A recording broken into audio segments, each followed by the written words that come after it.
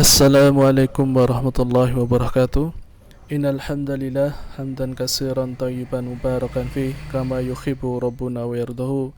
Asyhadu an la ilaha illallah wa asyhadu anna Muhammadan abduhu wa rasuluh. Allahumma shalli ala Muhammad wa ala alihi wa sahbihi wa man tabi'ahum bi ihsan ila yaumidin. Amma ba'du.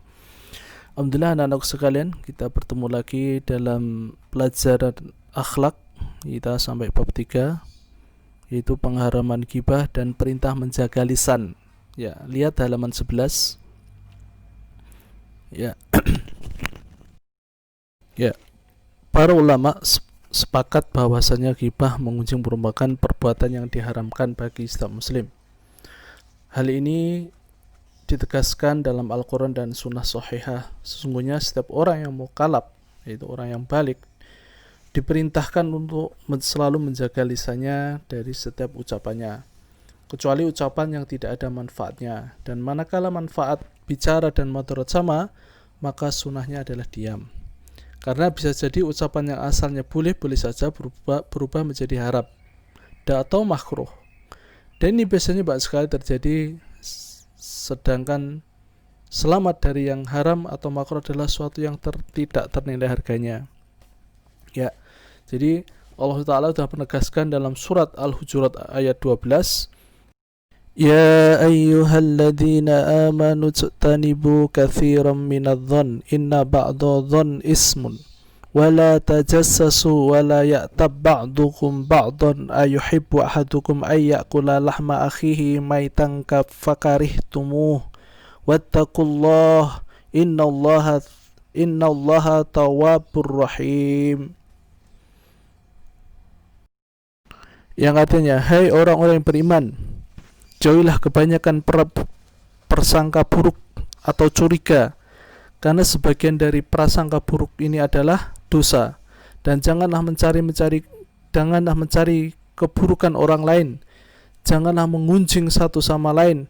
Adakah seorang di antara kamu yang suka memakan daging saudaranya yang sudah mati? Maka tentulah kamu merasa jijik daripadanya, dan bertakwalah kepada Allah. Sesungguhnya Allah Maha menerima taubat lagi penyayang hambanya, yaitu surat Al-Hujurat ayat 12. Pada ayat ini menjelaskan, yaitu pertama, itu larangan buruk sangka, ya. Kita tidak boleh buruk sangka sama teman, kemudian sama guru, ya, dan lain-lain. Jadi buruk sangka itu awal dari dhon, ini buruk sangka. Jadi makanya kita disunahkan untuk berpikir positif atau optimis, ya, dalam akidah. Kita berpikir baik kepada orang lain dan akan mempengaruhi kita, ya. Kalau kita berprasangka buruk, nanti akan membuat hidup kita tidak tenang. Misalkan ada tamu, ya, wah, tamunya ini takut mencuri atau yang lain-lain. Jadi kita berpositive thinking, ya. Kecuali memang sudah tampak kalau tamunya tadi bawa senjata, kemudian kita nggak kenal atau yang lain-lain, maka ya kita waspada perlu. Tapi kalau yang tamu tadi adalah saudara kita, mungkin keponakan kita, atau sudah kita kenal, jadi atau tangga kita, maka hilangkan curigaan itu. Karena sifat curiga ini akan tidak nyaman bagi orang mencurigai, dan yang dicurigai juga tidak nyaman, ya. Sama-sama tidak nyaman. Masa saya tetangganya kok dicurigai, kayak apa aja. Jadi sama-sama nggak enaknya. Jadi kita hilangkan seperti itu. Kemudian juga larangan menggunjing, ya. Walaupun itu benar adanya, tapi kalau kita menyebut kejelekan orang lain, dan orang lain itu akan marah bila tidak suka, bila tidak mendengar gunjing, maka ini termasuk ghibah. Jadi maju kena mundur kena, ya. Apabila yang kita bicarakan pada orang itu ada kebenaran, itu masuk ghibah. Kalau tidak ada kebenaran, jadi kita ngomongin orang lain yang tidak ada buktinya, maka termasuk fitnah. Jadi sama-sama. Kemudian digambarkan di sini apakah kamu akan makan daging saudaramu, ya. Akan menjijikkan. Kalau kita walaupun lapar, kira-kira mau enggak makan dagingnya teman kita? Tidak mau, kan? Sama dengan ini. Jadi ketika kita menghibah orang lain atau menyebutkan jelek orang seperti makan daging saudaranya sendiri. Dan yang digibah juga harus bersabar bahwasanya nanti mereka mendapatkan dosa dan akan mengurangi yang dosa yang digibahi tadi. Ya. Makna mufradat wala tajassasu artinya jangan mencari kesalahan orang lain, ya. Kemudian fakarih tumuhu itu artinya menjijikkan. Faidah ayat yaitu faidah ayat pertama itu yang dimaksud ghibah adalah menyebutkan aib seseorang tanpa sepengetahuan orangnya, ya. Oleh sebab itu orang yang tidak ada diumpamakan seperti mayat sebab ia tidak bisa membela diri. Mayat juga tidak bisa menyadari jika dagingnya dimakan, sebagaimana orang hidup yang tidak mengetahui gunjingan seorang terhadap dirinya, ya. Kemudian ayat ini menunjukkan bahwasanya kias aula, mengkiaskan sesuatu dengan alasan yang lebih utama, merupakan hujah dalam pengambilan hukum syariat. Yang ketiga yaitu orang yang sudah meninggal diperbolehkan menyebut sifat-sifat baiknya. Maka demikian juga tidak berbicara tentang saudaranya selain penyebutan sifat-sifat baik dan terpuji yang ada padanya, ya. Ini perlu diingat. Jadi ketika orang meninggal kita sebut kebaikannya, jangan sampai menyebut kejelekannya, ya.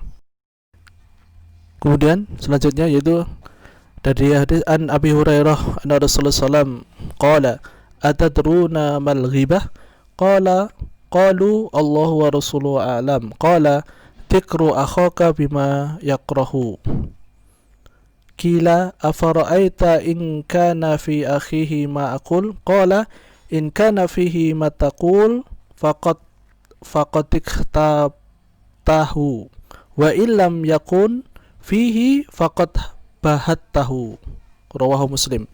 Dari Abu Hurairah bahwasanya Rasulullah SAW bertanya, tahukah kamu ghibah? Sahabat menjawab, Allahu Ta'ala, Allah dan Rasulnya lebih tahu. Beliau sabda, kami menyebutkan saudaramu dengan suatu yang dibenci. Beliau bertanya, bagaimana kalau memang saudaramu melakukan apa yang kukatakan? Beliau menjawab, kalau dia memang melakukan seperti apa yang kamu katakan, berarti kamu telah menggibah. Sebaliknya, kalau dia tidak melakukan apa yang kamu katakan, maka kamu telah memfitnahnya. Rawahu Muslim, ya. Jadi orang berghibah itu maju kena, mundur kena, ya. Kalau maju menghibah, kalau dia berbohong maka memfitnah, ya. Sama-sama gak enak. Kemudian ghibah yang diperbolehkan, pertama, mengadukan kekejaman. Artinya boleh orang yang dizalimi untuk mengadukan kepada raja, hakim atau polisi yang punya wewenangan. Kalau di pondok yaitu kepada kesantrian. Jadi kalau kalian dizalimi orang lain, silahkan lapor ke santrian, jangan lapor ke temannya, ya minimal ketua kelas lah. Jadi seperti itu boleh. Jadi kalau kita mengadukan dan yang diadukan tadi bisa mengatasi, itu bukan berarti ghibah, karena kita menuntut keadilan. Tapi kalau hanya ceritakan teman itu loh suka mengambil buku, itu masuk ghibah, ya. Yang kedua, meminta tolong dalam merubah kemungkaran dan mengembalikan orang bermaksiat kepada jalan ketaatan, ya. Ini menasihat orang. Maka baginya diperbolehkan mengatakan kepada orang yang diharapkan mampu menghilangkan kemungkaran, ya. Ya, ini sama. Ini kalau di pondok itu ke kesantrian atau wali kelas, ya, atau ketua kelas misalnya, sulan melakukan ini itu, maka jagalah dia. Jadi maksud dari menceritakan kejelekan orang di sini adalah sebagai perantara untuk menghilangkan kemungkaran. Pak Wasulnya ini perantara. Akan tapi jika tanpa serta niat maka hukumnya haram. Jadi kalau niatnya untuk mengubah, ya, misalkan dia itu suka nyuri sandal loh, tolong diingatkan gitu. Tapi kalau hanya sekedar menjelekkan teman, niatnya hati-hati, dia suka nyuri sandal, nah, itu termasuk ghibah, ya. Tapi kalau memperingatkan dalam supaya menghilangkan kemungkaran, nah, maka tidak masuk ghibah. 3. Minta fatwa. Misalnya menceritakan aib seseorang kepada mufti orang atau ustadz untuk mendapatkan jawaban dari persoalan yang dihadapi. Yang keempat, memperingatkan kaum muslimin dari kejahatan dan menasihati mereka. Hal ini dapat dilakukan dengan cara yaitu yang A, menyebutkan cacat kekurangan yang terdapat pada perawi, ya. Tindakan ini hukumnya boleh berdasarkan ijma umat Islam bahwa wajib sesuai dengan kebutuhan. B. Musyawarah dalam bidang perjodohan, membangun perserikatan. Perserikatan itu artinya bekerja sama, penitipan, bertangga dannya. Dalam hal ini orang yang diajak berbicara atau bermusyawarah tidak boleh menyembunyikan kondisi dirinya, bahwa lawan bicara boleh menyebutkan kejelekan-kejelekan yang ada padanya dengan tujuan menasihati. Yang ke C, apabila seorang pelajar mendatangi ahlu bid'ah atau seorang fasik untuk belajar dengannya, karena dikhawatirkan hal tersebut akan membahayakan, maka wajib untuk menasihatinya dan menjelaskan perihal ahlul bid'ah atau orang yang fasik, dengan syarat semua itu bertujuan untuk menasihati. Perkara ini banyak disalahgunakan sebab terkadang orang melakukan karena rasa hasad, sementara yang merasa kalau yang dilakukan adalah memberi nasihat, harap dimengerti dan dihayati. Yang keenam yaitu untuk keperluan identifikasi, yaitu pengenalan. Apabila seorang dikenal dengan lakop dan julukan tertentu, maka boleh diidentifikasikan dengan gelar tersebut, seperti Al-Mas, bermata kabur atau berair, Al-Araj, seperti pincang, Al-Aqsam yang dituli. Akan tapi hukum perkataan tersebut jadi haram apabila hal tersebut dilakukan dengan tujuan menghina, meskipun mengidentifikasikan dengan kata lain juga lebih baik. Jadi kalau hal ini dilakukan untuk identifikasi itu boleh, tapi kalau untuk menghina itu dilarang. Kemudian yang terakhir yaitu Imam Mawardi dalam Al-Azkar berkata, katalah sebagaimana seorang diharamkan melakukan ghibah, maka dia pun diharamkan untuk mendengarkannya. Jadi kalau ghibah itu dilarang, mendengarkan juga haram.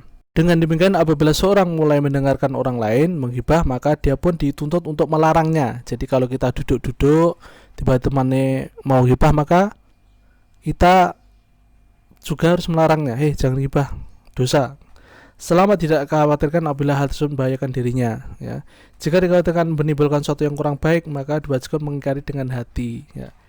Jadi kalau dilihat kondisinya, kalau di situ banyak orang dan takut nanti justru dia apa-apakan, maka cukup mengingkari hati dan sedapat mungkin meninggalkan majelis itu. Jadi diam atau meninggalkan majelis itu. Tapi kalau bisa amar ma'ruf nahi munkar, itu lebih baik kita amar ma'ruf. Tapi kalau sekiranya di situ kurang nyaman nanti kalau seperti itu, maka lebih baik meninggalkannya.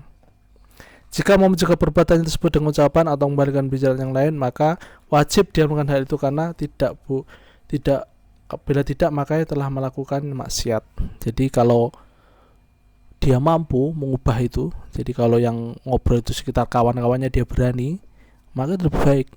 Tapi yang ngobrol itu mungkin atasannya dan lain dia takut dan lain, lebih baik meninggalkan majelis itu. Namun jika berkata diam namun hatinya senang apabila ghibah tersebut dilanjutkan, nah ini tasbih Jawa setan. Jadi ketika dia diam tapi ikut mendengarkan, justru asik lu tanya, oh iya ya, maka dia telah berbuat dosa. Oleh karena itu dia harus membenci perbuatan itu dengan hatinya. Jadi demikian pembelajaran ini. Jadi kita dilarang menghibah siapapun, ya.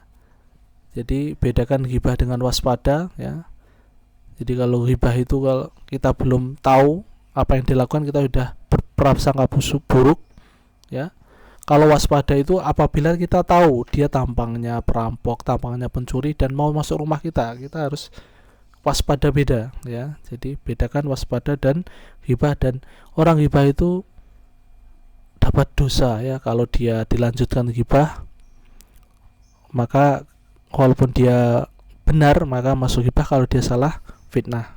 Demikian, semoga bermanfaat. Assalamualaikum warahmatullahi wabarakatuh.